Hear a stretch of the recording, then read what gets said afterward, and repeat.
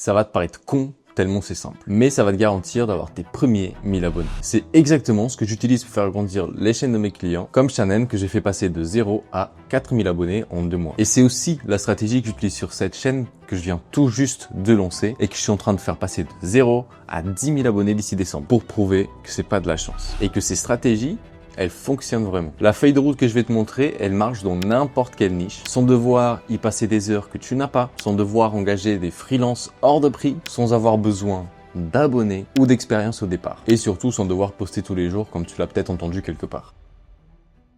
Mais d'abord, malgré ce que tu crois savoir, avoir 1000 abonnés sur YouTube, c'est pas une question d'abonnés. C'est vraiment pas là-dessus que tu devrais te concentrer. Tu sais bien que YouTube, c'est de la data. Eh bien, quand on regarde la data YouTube et même certains articles, on voit qu'en moyenne, 100 vues équivaut à 2-4 abonnés. Ce qui veut dire que si on atteint entre 25 et 50 000 vues, les données nous montrent qu'on aura probablement entre 500 et 1000 abonnés. Et donc notre focus, il doit être sur plus de vues et pas plus d'abonnés. En faisant ça, ironiquement, on aura plus d'abonnés. Et comment on fait pour avoir ces 25 000, 50 000 premières vues? Je vais donc te montrer une méthode simple de copier-coller que tu pourras utiliser pour y arriver. Mais d'abord, laisse-moi te poser une question. Si tu devais partir en randonnée ou en voyage, que très peu de gens ont déjà fait, dans un monde idéal, tu préférerais quoi? Avoir un chemin tout tracé, bien dégagé, qui t'amène directement à la destination finale, ou plonger tête la première dans l'inconnu en espérant que tout se passe bien et que tu arrives à cette fameuse destination. Tu vois, c'est exactement ce même choix que tu as à faire maintenant. Tu peux soit te lancer sur YouTube à l'aveugle, sans trop savoir où tu vas, en essayant de deviner ce qu'il faut faire, en espérant de faire les bonnes choses qui vont faire grandir ta chaîne. Ou alors, tu peux suivre un chemin qui est déjà tout tracé pour toi, et ce chemin, c'est notre première stratégie pour quasiment garantir que tu fasses des vues sur YouTube. C'est une stratégie qui honnêtement va prendre, je sais pas, 20 minutes par jour, si tu veux optimiser à fond. Mais tu peux la faire en encore moins de temps. Mais pourtant, 99% des créateurs et des entrepreneurs ne la connaissent pas. C'est une stratégie dont je n'ai jamais parlé et elle s'appelle l'Outlier Framework.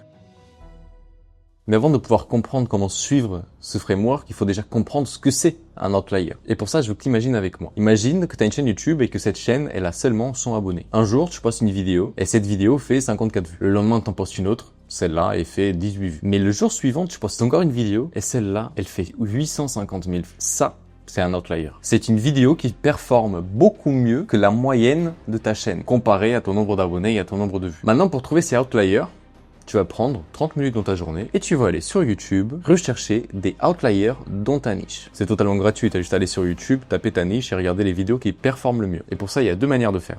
Comme je l'ai dit, soit tu cherches des vidéos dans ta niche, soit tu cherches en dehors de ta niche. Par exemple, si moi je suis monteur vidéo et que je choisis la première méthode, donc chercher dans ma niche, je vais aller sur YouTube et je vais chercher montage vidéo. Donc ce que je fais, c'est que je vais défiler sur YouTube et regarder les vidéos qui ont le mieux performé parmi tous les créateurs qui en ont fait. Si je vois un outlier, eh bien je vais aller rechercher encore en profondeur, voir si d'autres créateurs ont déjà pris cette idée et en ont fait des vidéos. Eh bien s'il y a des idées de vidéos qui reviennent souvent, c'est que tu dois probablement en faire une aussi. Mais je dis pas de copier-coller exactement la même chose. Ici, on cherche une idée. Je dis pas que tu dois juste aller prendre le script et faire exactement la même chose. Non, tu dois la retravailler à ta sauce, apporter ta perspective sur un tel sujet. La seule chose que tu vas venir faire, c'est potentiellement choper l'idée de titre et peut-être aussi la miniature. Puisque ces créateurs ont prouvé que ça marche. Donc pourquoi t'en priver? Mais tu veux savoir ce qui est encore mieux et qui me fait sentir encore plus créatif? C'est de ne pas copier les gens dans ma niche. C'est de prendre le contre-pied et d'aller chercher des vidéos qui pourraient marcher pour moi, mais dans d'autres niches. Reprenons l'exemple du montage vidéo. Cette fois-ci, je vais chercher une niche totalement différente sur la barre de recherche YouTube. Par exemple, pour une vidéo que j'ai fait, on va aller taper des vidéos sur MrBeast, ce qui a été fait. Ensuite, je fais défiler jusqu'à ce que je vois une idée assez récurrente qui vient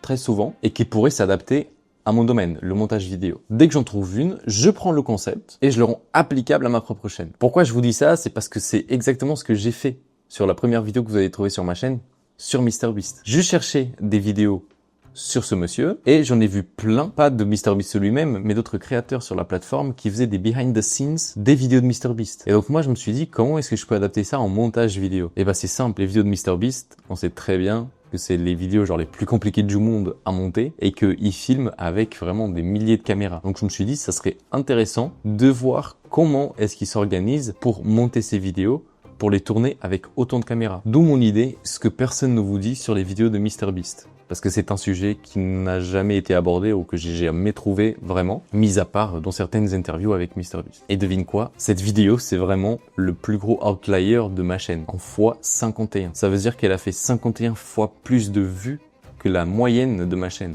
C'est gigantesque. Elle a fait 23 000 vues, presque 300 abonnés et presque 1000 heures de visionnage.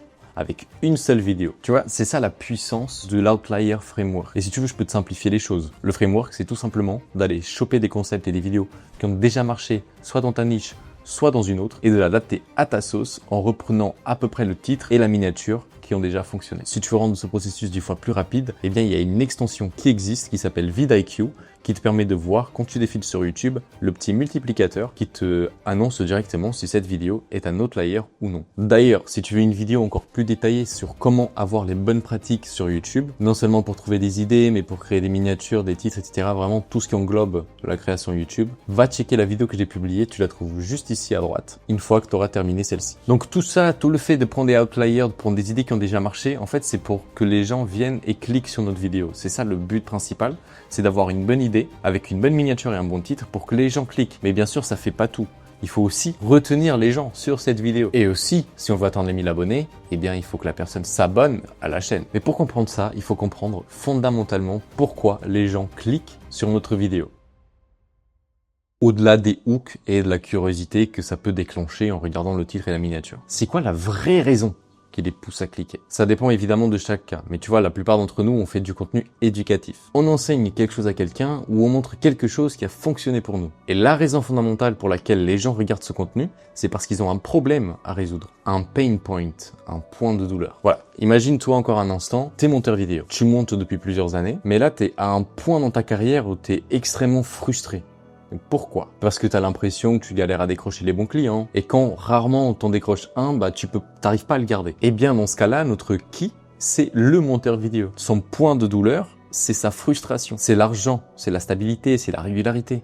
Tu captes? Et son pourquoi, c'est résoudre ce problème. Et dans chaque contenu que tu dois publier, tu dois passer ta vidéo par ce framework. Le who, le pain et le why. Qui, douleur, pourquoi. Maintenant, remets-toi dans la peau de ce monteur vidéo. Si tu cliques sur une vidéo et qu'elle commence directement par parler de ces douleurs-là, ces frustrations, puis qu'elle enchaîne avec la solution à ces problèmes, est-ce que tu vas regarder la vidéo jusqu'au bout? Ou encore mieux, est-ce que tu vas t'abonner? Mon avis, c'est que 99% d'entre vous viennent de dire oui. Pour l'expliquer simplement, ce qu'on vient de voir avec les outliers, c'est pour que les gens cliquent sur notre vidéo. Mais ce qui est vraiment important, c'est de les garder jusqu'au bout. C'est de leur apporter de la valeur, de leur apporter notre expertise. Et ça, on le fait en comprenant qui est notre audience. Et on affine ça avec le framework Who, Pain, Why. Donc maintenant que tu as un système ultra simple, prouvé, pour trouver des idées de vidéos qui vont marcher, pour garder les gens jusqu'au bout et les transformer en abonnés, il ne te manque plus qu'une seule chose à comprendre. Et sans ça, ça va te paraître impossible d'atteindre les 1000 abonnés. Cette chose, c'est comment packager une vidéo pour que les gens cliquent et s'abonnent à ta chaîne. Mais bonne nouvelle pour toi, j'ai déjà créé une vidéo à ce sujet qui t'explique exactement comment structurer tes vidéos pour exploser sur YouTube. Tu peux la regarder juste ici.